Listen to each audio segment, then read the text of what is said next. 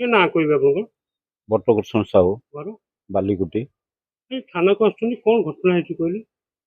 ମୋ ରେକର୍ଡଭୁକ୍ତ ଜମି ଗୋଟେ। ମୁଁ ମୋ ବାପା ଅମଳରୁ ଆମେ ଚାଷ କରି ଆସୁଛୁ।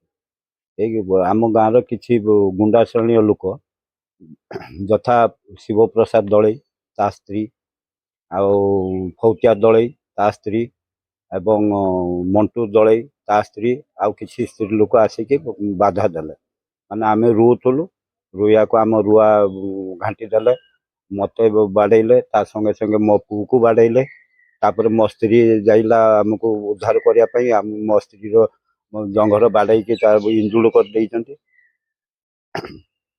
ଏମିତିକା ବାରମ୍ବାର ସେମାନେ ଗୁଣ୍ଡା ଶ୍ରେଣୀ ଲୋକ ବାରମ୍ବାର ଆମକୁ ଚାଷ ନ କରିଦେବା ମାନେ କ'ଣ?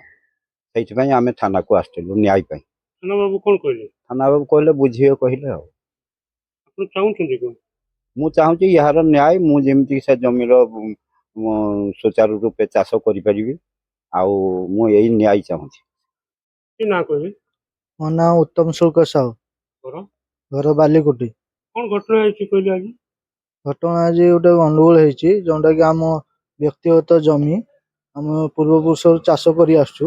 ଆଜି ହଠାତ୍ ଆମେ ଚାଷ ରୋଇବା ପାଇଁ ଯାଇଥିଲୁ, ଆଉ ରୋଇବା ବେଳେ କି ଶିବପ୍ରସାଦ ଦଳେଇ ଆଉ ତାଙ୍କ ସ୍ତ୍ରୀ, ଆଉ ଫୌତିଆ ଦଳେଇ, ଆଉ ମଣ୍ଟୁ ଦଳେଇ, ଏମିତି ଆଉ ତାଙ୍କ ସ୍ତ୍ରୀ ମାନେ ଆସିକି ଗଣ୍ଡଗୋଳ କଲେ।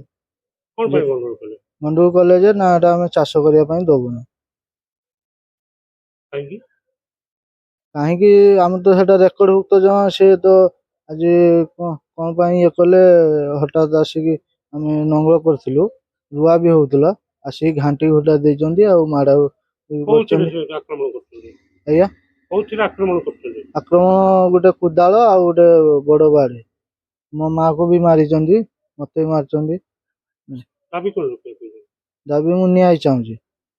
ଆଉ ସେମାନେ ଗୋଟେ ବି ଗୁଣ୍ଡା ଧରଣ ଲୋକ, ସବୁବେଳେ ଲୋକଙ୍କୁ ହଇରାଣ କରୁଛନ୍ତି। ବିଶେଷ କରି ଶିବପ୍ରସାଦ ଦଳେଇ, ହେଲା କି, ଆଉ ତାଙ୍କ ସ୍ତ୍ରୀ, ଏମିତିଆ ଗାଁ ଲୋକ ବି ସମସ୍ତଙ୍କୁ ହଇରାଣ କରୁଛନ୍ତି, ହେଲା କି।